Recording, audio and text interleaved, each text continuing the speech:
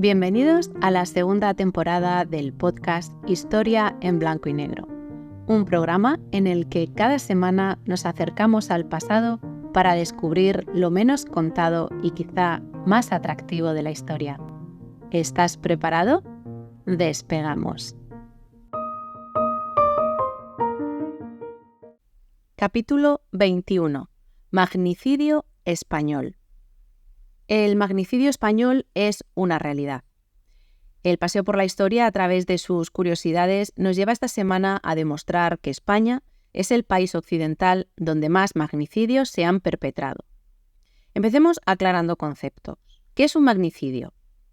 Se entiende por magnicidio una muerte violenta dada a una persona muy importante por su cargo o poder, aunque mayoritariamente el término se emplea cuando el implicado desempeña el puesto de presidente del gobierno o jefe del Estado.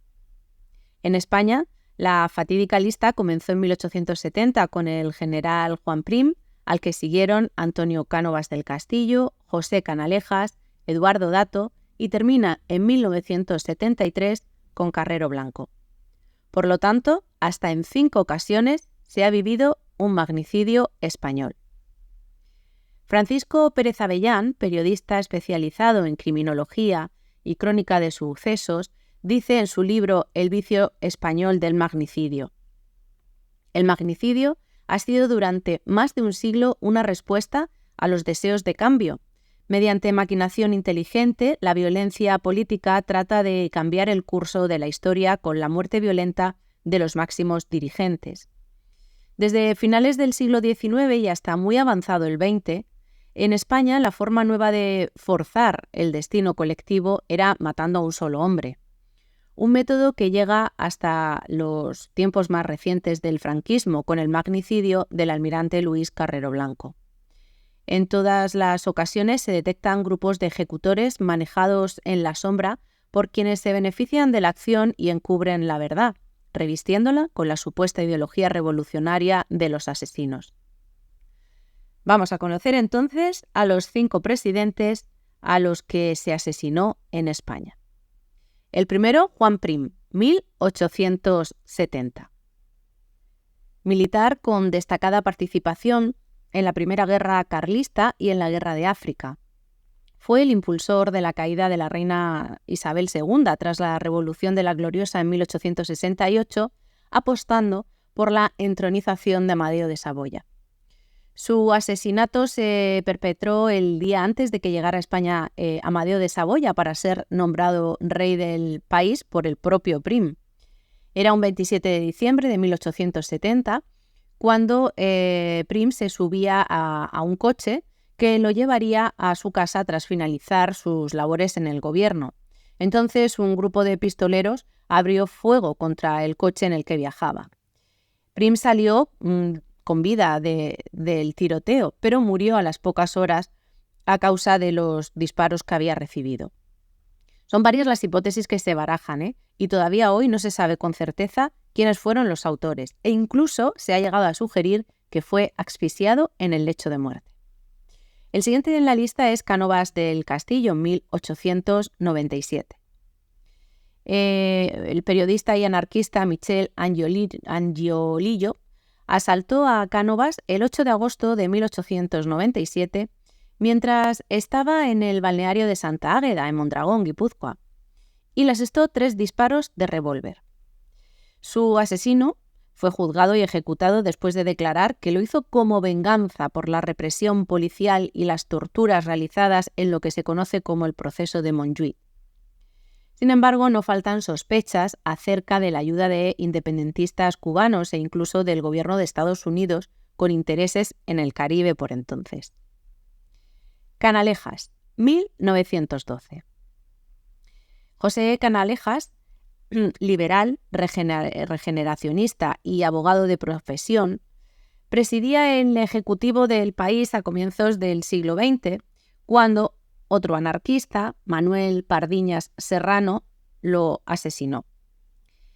El presidente se encontraba mirando el escaparate de la librería San Martín cerca de la Puerta del Sol cuando recibió el disparo. Era un 12 de noviembre de 1912. Aunque a lo largo de varias décadas se ha hablado de complots internacionales y de locuras transitorias, los motivos del asesinato nunca se han llegado a esclarecer. El asesino, Manuel Pardiñas Serrano, se suicidó disparándose con la misma pistola al verse rodeado de policías, con lo cual no pudo hablar. El crimen acabó con el proyecto de democratización de la monarquía que tenía Canalejas durante la Restauración, una etapa política en la que un Borbón volvió al trono después de la Primera República. El siguiente de la lista es Eduardo Dato, 1921. Con este presidente ocurrió algo parecido a lo que le sucedió a Prim, y es que un grupo de pistoleros asaltó el coche oficial en el que iba de regreso a su casa. Fue el tercer presidente asesinado durante la etapa de la Restauración junto a Cánovas y Canalejas, lo que demuestra la enorme crisis política que atravesaba el país, donde el uso de la violencia se convirtió en un macabro recurso más. Eduardo Dato fue protagonista de la última fase de la Restauración como ministro de Gobernación durante la regencia de María Cristina de Habsburgo-Lorena, es decir, la madre del rey Alfonso XIII. Dato fue también presidente del Ejecutivo en 3 periodos diferentes, y su apuesta por reprimir las revueltas sociales y su defensa de la ley de fugas lo convirtieron en blanco de críticas por parte de la izquierda. Por ello se pensó durante mucho tiempo que 3 anarquistas catalanes fueron los responsables de su muerte.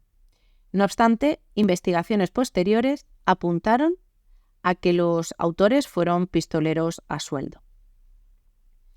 Y nos encontramos ya con el último caso, el de Carrero Blanco. La banda terrorista ETA asesinó al entonces presidente del gobierno de la dictadura franquista el 20 de diciembre de 1973. La explosión de una bomba en la calle Claudio Coello, cuando su coche pasaba por allí, acabó con su vida. Venía de asistir a su misa diaria en la iglesia de San Francisco de Borja, y la explosión abrió un cráter en la carretera que hizo volar al coche y caer sobre el tejado del edificio de los jesuitas junto a la iglesia de la que venía.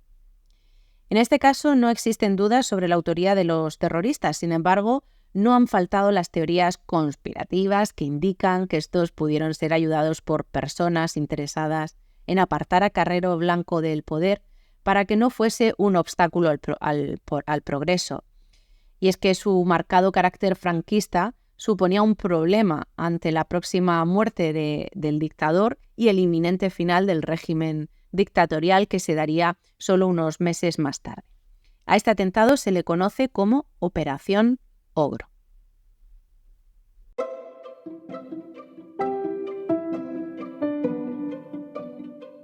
Te espero la próxima semana para dar un nuevo paseo por el pasado. Mientras tanto, disfruta del presente. No olvides suscribirte al canal y regalarme un like si te ha gustado.